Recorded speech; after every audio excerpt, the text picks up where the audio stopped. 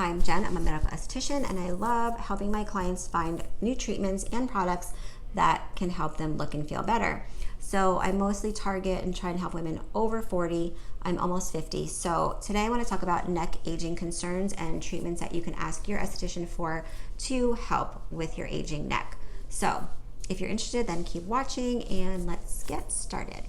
Okay, so the number one treatment that is popular right now for tightening the skin is something called RF microneedling. I'm sure you've read about it and heard about it, but RF stands for radio frequency, which is a heat, and then microneedling is little needles that penetrate the skin to help tighten the skin. So I also like RF, radio frequency, on its own to help tighten and also maybe reduce some fat. So I just think there's a lot of RF microneedling machines out there, and it really doesn't matter which one. I think it's marketing as to how they're presenting their products, but they all kind of have the same principle. And I think what's more important is who's doing the procedure. So you want to make sure that whoever's doing it has a lot of experience with different ages and different skin types and different skin colors as well. So that's really, really important. The neck's really sensitive. Darker skin patients and clients are more sensitive. So you just want to make sure that you ask these questions. The other thing is the vampire facelift. So, you know, when you do the RF microneedling and you take the patient's blood and spin it and put it, you know, back on, I honestly haven't seen that great of a result of doing the vampire facelift versus doing it like the way that we do it here, which is RF microneedling, and then we use products specifically for like mesotherapy, and I use a company, different ones, but say hypothetically, I'm going to pull this one. So from Fusion. So there are different cocktails of ingredients that are meant for microneedling. So for skin tightening, so I might use like DMAE or some type of like plant stem cells or something. I just think like price per price that you don't need to do the vampire facelift. I just haven't seen anybody have amazing results doing it that way versus using like the alternatives for the vampire facelift. And it doesn't have to be this, it could be whatever your skin people are using. Specifically for microneedling, I think it's fine and it's going to save you money. So that's my tip for that. I think HIFU. So if you have fat pads like here and in the jowl area, HIFU is high intensity focused ultrasound, similar to back in the day all therapy. It's a little bit uncomfortable, but you can get a good result, especially under the chin area and in the jowl area, especially if you start younger. I see really good results with that. If you wait too long, it's a lot harder to get a more drastic result. So I always say, like, start early, just do something like in your 30s a couple times a year, then more as you get older, as opposed to like chasing down these things when you get too old. I mean, you're going to see some results if you don't want to do surgery, but it just takes more treatments and more home care and a lot more effort, unfortunately. Okay, so I like microcurrent too.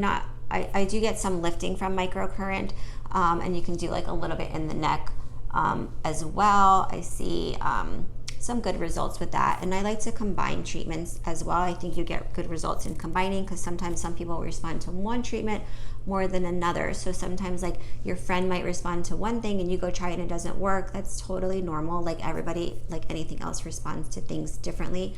You respond to a diet differently than someone else responds to the same diet. So it's just kind of finding what works for you and going to a person that can give you like different options in treatments.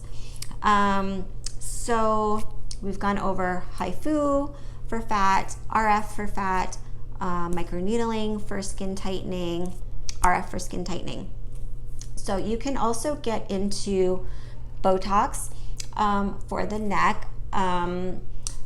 So I have these platysmal bands that come down. They're like the muscle that gets lax as you get older.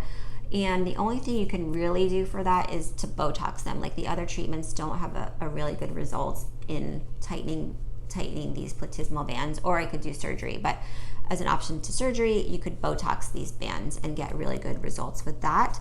If you don't want to go full into straight Botox right away, you can do like the baby Botox. So these little devices you would fill with Botox, with some type of filler, hyaluronic product, and make any kind of cocktail, honestly, to address skin tightening or pigmentation, help with the pores, give you like a nice radiance. So these facials are called all different things, with baby Botox facial, the liquid gold facial.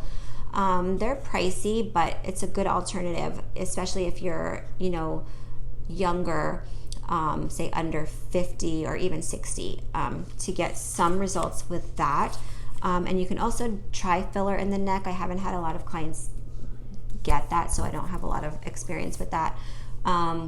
Also the Clibella injections under the neck, I've had some people do it, and it's kind of a disaster if you don't combine some type of skin tightening with a fat reduction procedure. Then it's disastrous. So I've had clients get lipo, but a long time ago get lipo when they were younger, and no skin tightening was done back then, especially, or the clients didn't want to pay maybe. So then there's so much more laxity. So you're taking the fat out, you have to address the skin at the same time. There's actually a new liposuction machine that just came out. I think I saw an article in somewhere about it. I forget what it's called. If I find it, I'll link it. But it's a lipo that takes the fat out and skin tightens at the same time. So, you know, it takes years for people to figure these things out, but it's kind of common sense. You take out the fat, like what are you going to do with the skin? Especially as you age, the skin's not going to bounce back the same as if you're like in your 20s. So these are like my top choices for things that you can ask, you know, estheticians in your area, doctors, nurses, you know, vary state by state, of what you can ask for specifically for skin tightening for the neck. So remember, home care is really important. I think starting early is really important. I did a video on home care, but hydration is really important. Obviously SPF is really important, but you want to keep the area super hydrated, because it's going to look worse if it's like dry and crepey. It's going to look crepey if it's dry. And even I get like when I am not hydrated enough, like even it will even like be a little lax under here. So I'm telling you, the more you hydrate throughout the day, even if it's like once in the morning and then hydrate during the day, you know, with a topical product is really important. I'll do a whole other video on what, you know, you can take to help increase the hydration in your body, especially this time of year, because we're going into allergy season and everybody's starting to take their antihistamines, and it's wreaking havoc on your skin, especially as you get older. So I think at home you want to focus on a lot of massage, hydration. I talked about using gua sha stones for massage. I talked about cupping, just to help get into those little fine lines, release any tension in the neck. So the more tense it is, like it's pulling down, like you really just want to like work on massage and stimulating circulation. So anything you can do with products like that at home, even just use your hands if you don't have anything, I think that's going to help. So unfortunately, as you get older, everything takes more effort, more time. But if you want to look good and feel good about yourself, you have to put in the effort. Okay, so take the time to do home care, take the time to do treatments. I know they're can be expensive, but you know, if it's going to make you feel better about yourself, then it can be, you know, worth it. But if you can't do treatments, then just do everything you can possibly do at home. Okay, and I think that's going to help. It's not going to hurt, that's for sure. So good luck on your skin neck tightening journey. Let me know other treatments that maybe you've tried that have worked for you. Again, not everything works the same for everybody, so I'd be interested to see if there's things that you really like that have worked that maybe I forgot to mention, or maybe we don't do here. I will look into. So good luck on your skin journeys, and you know, subscribe and like the channel if you like this information. I like to post, you know, information to help my clients learn about, you know, how they can look and feel better using different products and treatments. So till next time, guys.